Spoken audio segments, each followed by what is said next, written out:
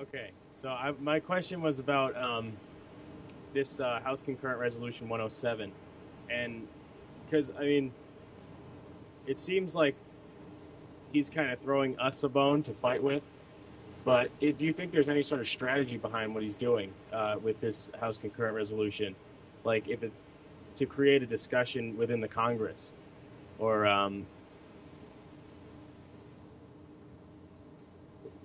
I just want to hear you elaborate more on that. No, That's kind of what I was looking forward to.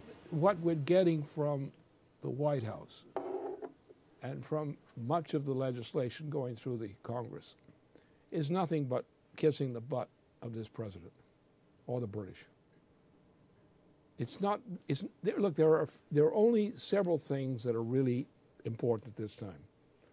They're the only things that are important because without them we lose everything. So first things should come first.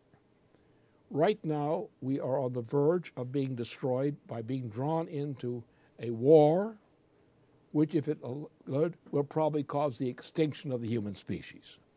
I'm not guaranteeing it would be the extinction of the human species, but we wouldn't want to do it because it probably would be the extinction of the human species. And there's no need for it anyway.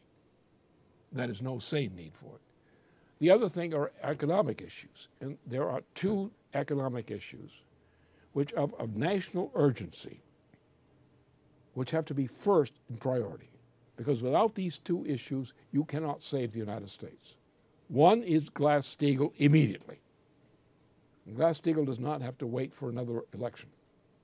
Glass-Steagall is a law which needs to be reenacted immediately as emergency legislation.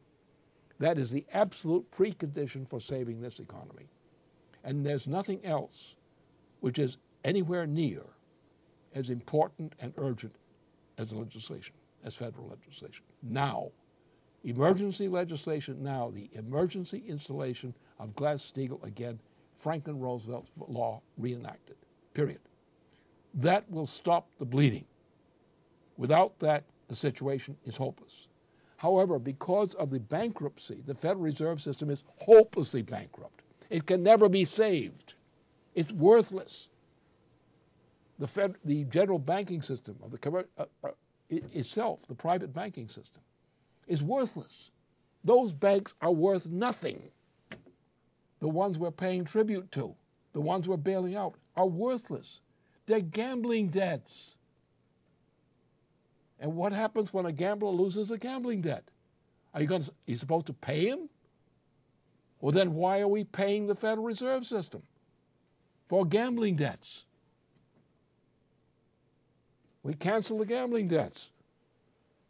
And we go back to a commercial banking system. We take everything in the commercial banking system, which is still valid, and we bail it out. We save it.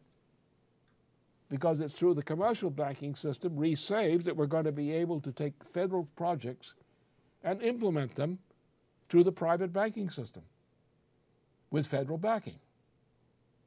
This is the recovery. So therefore, I've said we should avoid getting into on this election on any issue of this type, financial type, except those based on Glass-Steagall, reenacting Glass-Steagall as originally defined.